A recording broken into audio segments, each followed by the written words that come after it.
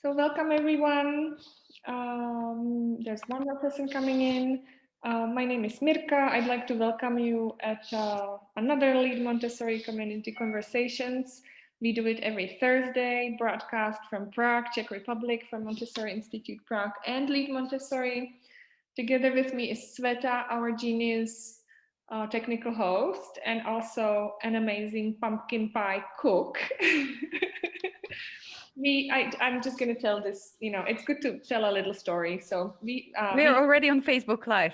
I know, it's okay. um, we have a Canadian trainer here at the Montessori Institute Prague, and there was a Thanksgiving on Monday. And, those of you who are in Canada, like Kavita, know that it's celebrated a bit earlier than in the US. And she missed her family. We didn't know here in the Czech Republic that it's a Thanksgiving, and she just mentioned it at a coffee machine conversation. So we decided to throw a little Thanksgiving lunch today, and we baked and cooked, and Sveta made the most amazing pumpkin pie we had ever eaten. So it's been a nice feast here, and I guess maybe it's important in the middle of all this chaos and complexity to remember to do something really nice for your friends or for yourself. So we've got our stomachs full and we're happy and fed and thankful. And we're thankful to be here with you. It's really nice to see you all. Most of you know what we do. We will now ask you to please stay muted when our speakers have their little presentation, and then when it's time for conversation, we can unmute and speak to them and share. And for that sharing part, the recording and the streaming on Facebook is turned off. And today's topic is sharing vulnerability and creating community. I was really worried about the vulnerability pronunciation, so I did it. And I'm going to ask Sue to please introduce our two amazing speakers who are from Mexico. So Shifra and Eder, welcome. And Sue, please would you introduce them to us? Absolutely. I'm so happy that I get to greet them, and bienvenidos a Conversaciones. I have had the great fortune to know Shifra for almost 3 years, as we were partners in crime at Whole School Leadership, and really have been taking our leadership journey together. And over the last 12 weeks, I've been able to be working with Shifra and Eder in another course, and has been so fun to see the depth of their knowledge and their passion, both extraordinarily passionate. And I won't give you their whole biography, but Eder is from Chihuahua and head of the Montessori Chihuahua School, also very involved in sports, Montessori sports, which he's starting in Mexico, and elementary and adolescent trained, and very involved in parent issues. Some of his, my Spanish has been able to follow some of his great presentations for parents. And Shifra, who's the head of school at Bet Haidalim in Mexico City. And Shifra also is elementary trained and has been a guide in the classroom for 12 years, as well as all of the work that she's doing, leading the leaders in Mexico. And their story is wonderful about how they have come together and provided the support and camaraderie of people that are working in Montessori in Mexico. So we welcome you, and I really, really look forward to hearing what you're sharing today. Thank you, Sue. And Shifra and Eder, please take away. Thank you. Shifra, you need to unmute first. Yes, we'd like to hear you. Thank you. Yes, that's a good idea. Thank you. Okay. Oh, hello. I would like first to thank in Eder's and in my name for the invitation to this magnificent space. We have been part of the public in Leeds Montessori conversation for months. And by talking to you today, it is a way to thank Mirka and the entire Leeds Montessori team for all we have received. Thank you also to Kathy Minardi, who connected us with Merca and whom we know for some years. She has mentored and tutored me through her whole school leadership program. And the spirit of the work that Mirka and Kathy do has to do with a topic we will talk about today. They perfectly embody vulnerability, culture, and community building. By opening up, accepting, and sharing their own vulnerability, they lead the way for others, like Heather, like myself, so we can share and be part of a culture and a community, that is being constructed with all of us present here, whom we also like to thank for listening to us today. So the talk today will be a conversation built from observations, reflections, and experiences, peppered with some ideas found in readings, studies, and conversations between colleagues and between friends. This was a process between Heather and me, so maybe you'll find some different answers to the questions we posed on the invitation for this talk, but I hope you really enjoy, and maybe you'll stay with new questions, and that is also good. So let me tell you first a little story about Heather, my partner to this talk, and me. Heather, can you start with the first slide, please? We work for schools that are just over 1,200 kilometers apart in Mexico. Okay, if you see this map, Heather's school, Colegio Montessori de Chihuahua, is in Chihuahua City, the capital of that green, huge state in the north of Mexico, you see. And it's the name, Chihuahua City, it's the capital of the largest state, which goes by the same name. While Beta Iladim, the school I work for, it's in Mexico City, the smallest geographical area in the country. I don't know if you're able to see it. It's a tiny yellow place in the middle. Yeah, Heather is showing you, okay? The density of the population in Chihuahua, can you change the slide, Heather? Is 14 people per square meter, while in Mexico City is 5,920 people per square meter.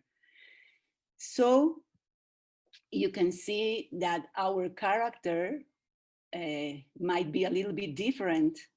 Our time to move, it's also a little bit different. The space we have to move around, it's completely different. And this is only one of the great differences in the context and environment of both schools and of the nature of their population. However, about 10 years ago, we began a relationship, and in spite of the many differences, what brought us together were common purposes, values, and ideas that largely emanate from the Montessori philosophy. The culture of both schools draws from the same well, based on the same sources, and this has allowed us to open up, expand, and construct a new kind of community. One of the strongest points of this connection has been the openness that puts us in situation of giving and receiving. There is generosity and there is sharing vulnerability, just as it happens in a children's environment. Some are helping and some are being helped. So what is this culture that we share? What do we mean by culture of a school in general? Let's talk a little bit about the last question. Culture starts forming from the very first moment the school or any group or organization is born, and it evolves, nurturing itself from each gesture, each movement, each word, intonation of all those who belong to the group. It is the flavor, it is the aroma, it is that what moves you or what doesn't move you about a place.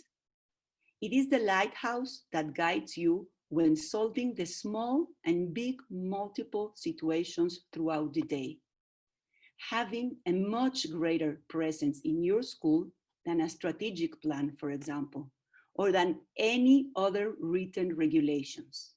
This idea is strongly depicted in a short, very short phrase that I heard first from Kathy. Heather, culture eats strategy for breakfast, from Peter Drucker, a management philosopher. Let's go through two short definitions about culture, okay?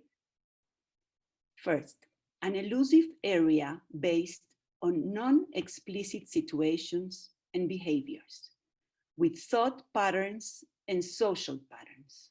Or it is that tacit social order of an organization. It shapes attitudes and behaviors in a broad and lasting spectrum. From these two definitions, we can extract four basic features always to be found in your culture. When listening and reading them, try to recognize them in the culture of your own school. I'll ask if someone of you would open your microphone and read this slide, please. Who wants to do it? I'll do it, Shifra. Thank you. It is a group phenomenon. It cannot exist only in one person, nor is it the average of individual characteristics. Shared. Can you continue all of them? Oh, sure. Yeah. Ubiquitous. It manifests itself in collective behaviors, physical environments, group rituals, visual symbols, stories, everywhere. Lasting. It is maintained and developed even through critical events. It is a matter of long term. Implicit. It exists as a silent language. People are effectively programmed to recognize culture and respond to it instinctively. Thank you, Tracy. You're welcome.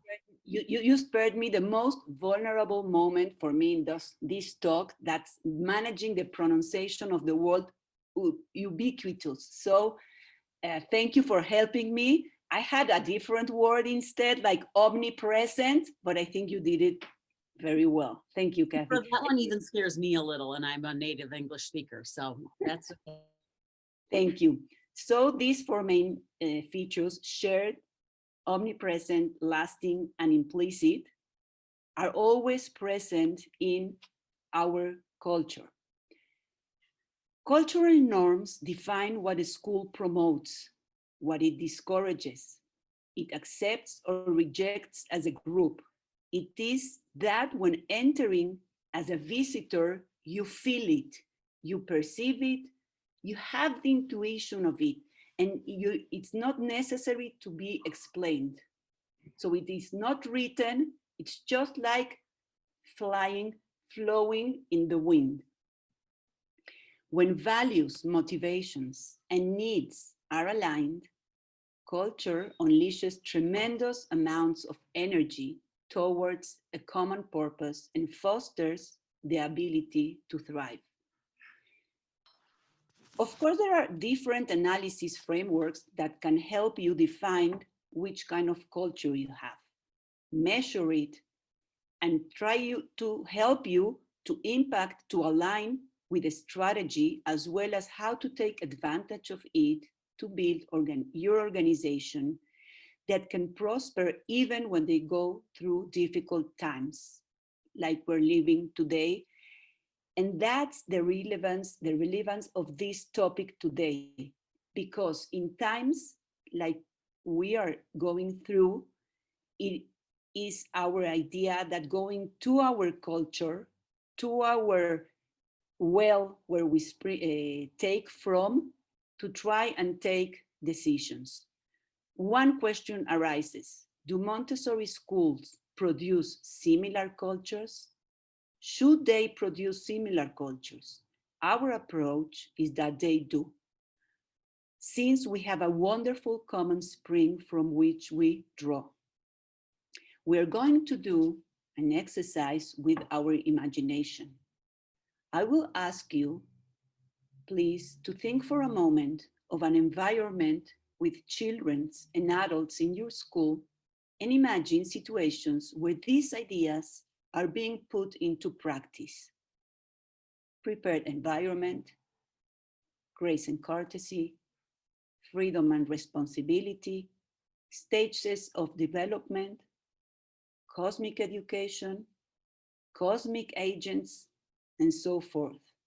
So try to picture a situation maybe of this last week or the previous one, and remember a moment where you could see in practice one of these ideas.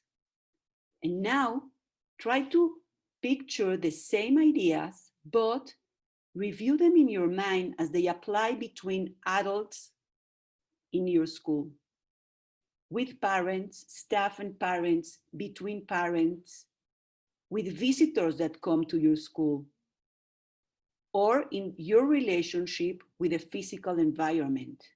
How is there the grace and courtesy? How is there being a picture the stages of development or cosmic education, or even the topic of communication, or any other aspect that you may consider? Find them in any nook of your school. Keep these images in your mind for a moment. I want to show you other images of a phenomenon in nature that has fascinated me for a long time, and I think today can serve us well. Benoit Mandelbrot, a Polish, French, and American mathematician, devoted much of his time observing and studying fractals in nature and in the mathematical realm. He defined them as these: objects in nature that do not lose their details or proportions when enlarged or decreased, even at a microscopic level. Clouds, mountains, ferns, the circulatory system, coastlines, and snowflakes are examples of natural fractals. So, by seeing this one on your left, try to imagine why I tried to do the previous exercise of thinking about your school and start making this relationship. We'll go to the next slide to see another fractal example. This is a snowflake. And if you go deep into it, you can see where it stems from and how it keeps all the time its proportions and its relationships. We can move to another fractal in nature, that it's a marsh. It's in Spanish, it's called marisma. This is a river and all its little streams. It reminds us also the circulatory system in our body. Imagine like a cell going through this system. All the laws that apply for the larger channels are the same in the middle ones, in the smaller, in the most tiniest.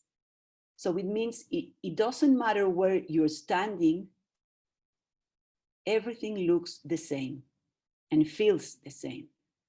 The next fractal is not from nature, it's a human design, and based on mathematics laws, of course, how it grows around itself with the same feeling, with the same, like I said before, taste and aroma.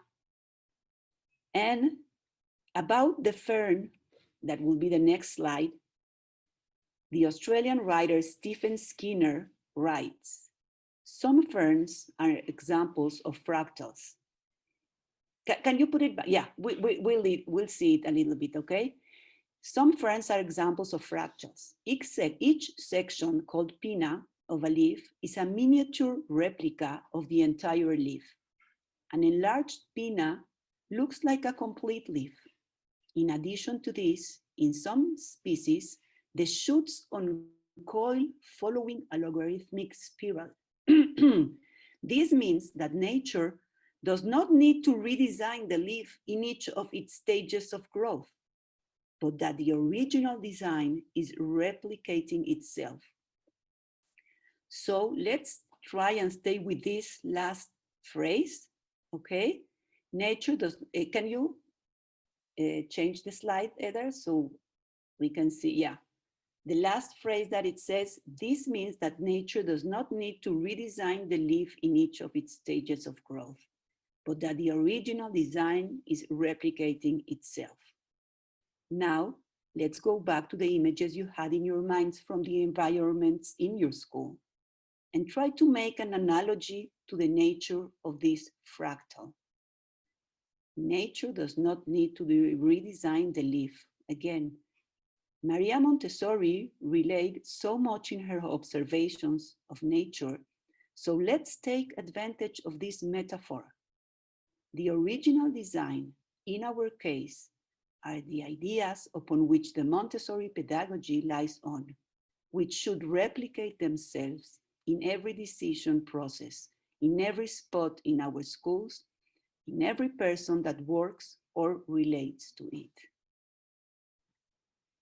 Margaret Stephenson put it very simple in a very short phrase from Cosmic Education: from the whole through its parts and back to the whole.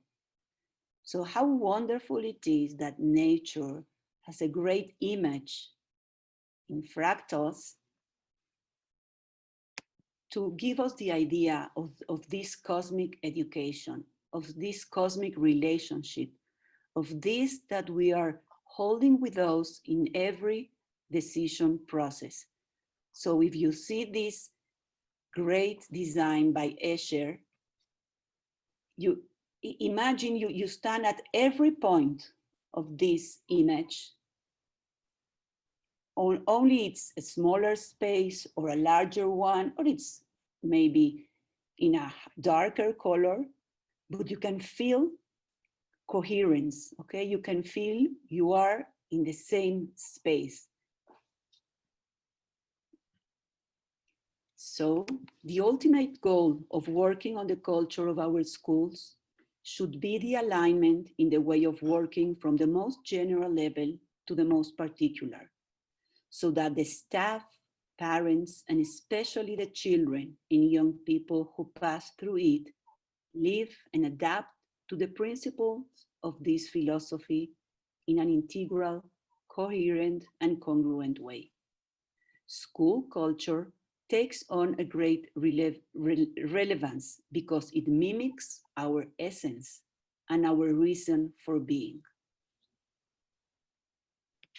Stephen Skinner writes also, popularly, Heather, can you change the slide, please?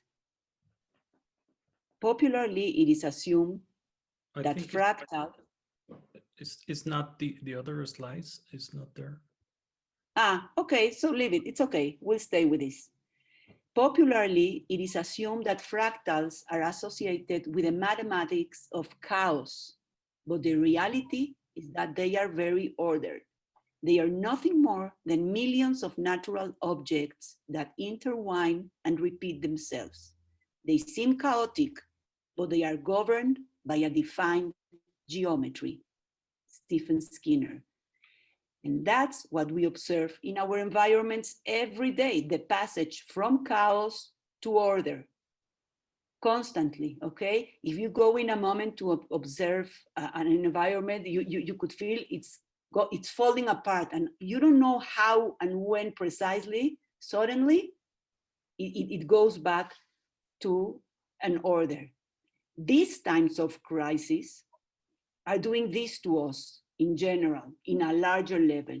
We are living, this crisis puts us in many moments in chaotic times where we feel vulnerable, and it's the moment when we must confide that relying on our geometry, that it's our philosophy, that are all the ideas I talked before, through them, order will not only be restored, but even we look a little better and feel a little better. And we can be sure that our community will uncoil following the pattern of our culture. Now, I would like to invite Eder to continue from here and dive fully into the idea of vulnerability and its relationship with the school culture and building community in the context of what has happened in the last months. Thank you, Shifra. I'm going to start with this quote from Brené Brown that I think is wonderful, the way that she connects the vulnerable. What makes you vulnerable makes you beautiful. The culture is part of our identity. It's a consequence of the creation, community, and decision. This through the past of the years.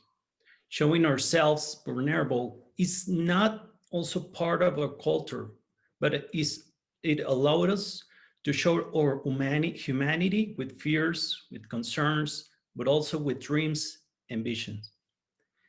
The way we approach problems are also part of our culture. The making decision process in the school is critical, and there are several factors involved. First, of course, observation, the culture, information, communication, etc. But is the child the center of all of this? It is really the child the center. And I always like to have reflection about it, because we always have different activities in the schools. And some of them, I understand that they are not precisely because the child is in the center, but it's the adult that we're thinking about. So the school has to manage this balance between what is the different activities that we are doing for child and what are the different activities that we do for adults. The family put their eyes in the school, looking for supports, the help that doesn't come from society most of the time. And the greatest mission of the school is the social reform through the education. But right now it's an uncertain time. It is hard to be assertive. It is hard to be strong. However, we don't give up. If we need to make decisions, the child should be always the center. I know this is hard because following the child makes society uncomfortable. We're tempted to give easy solutions to parents or staff according to the best for the adults. In the Montessori, it does not work that way. It is the opposite. We keep the child as the center. Then, what is the most important thing right now according to the child or adolescent? Really, what's the most important thing right now according to this? Please keep asking the question every day before make decision in the school. This is an exercise that is really important to keep in our mind and to keep in the office, in the classrooms, to say what's the best for them.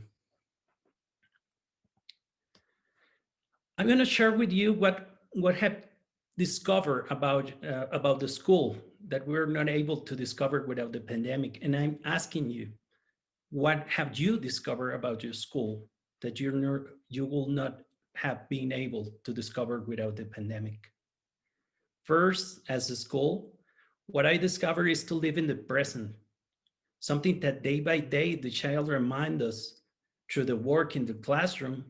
Now the whole consequence of the pandemic did. A concrete plan and the decision may change in the next weeks, in the next days, and in the next hours. I also confirm the need of community. Be with others, with families, with friends, with the schools, working as a group, helping each other in places where everyone is vulnerable. I found again many aspects of our school culture. Collaboration, especially I have to be honest with the technology, because it is hard for some of the teachers, and we know that it's happened in most of the schools. The sense of belonging, and we reflect, we talk about this in the sense that how the school matters and the decision that has to be connected with each other. The resilience, of course, that was another thing, trying to help the other in openness, in honesty. I also think that creativity, is part of the adaptation that we did. And this is wonderful. Trying to help others, I really found answers in a different way, in a different context, in a variety of ideas, but connecting helps us really to understand our own situation and in our environments, not just the others' environments. We connect as a school showing our vulnerability. Therefore, vulnerability is part of another, as Schiffer mentioned before. It is important part of us. Exchange of vulnerability, which we naturally tend to avoid, are the pathway through which trust and cooperation is built, said Daniel Coyle. Or to a school, as Schiffer mentioned, we share vulnerabilities, but we also share our strengths and missions. If we want to be an aid to life, it also includes the school as a model of interdependence, as a model of human solidarity.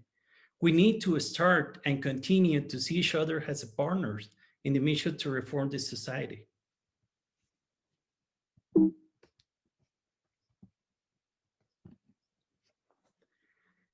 And I want to finish with this quote that for me is really reveal a lot, that says, if our education task is to enhance the intellectual and affective faculties of the children, we must first enhance our own. This is Maria Montessori in the Sanremo lectures called Human Solidarity in Time and Place. And I really believe that it's relevant for us to remember that we need that human solidarity in this time, in this place, and as an exercise of the 150th anniversary of Maria Montessori, I want to repeat maybe 150 times that we need to see each other as a person, as a families, but also as a schools. It is the time to see in another way the interdependence. It's another way to see how the schools we need to be connected. It's something that we need to model in a huge way, not just in the personal way. Something that the children are showing us in the classroom, because the mixed age and because it's a tendency. We also see that it's important for us to connect, and it's a time to do it. We're going to be part of the online global community conference too, and we will be talking about the experience with other schools in Mexico, not just the two of us. And we hope to see you there. Thank you so much for this space. We're going to talk a little bit more further in the next minutes with some questions, but we appreciate this opportunity.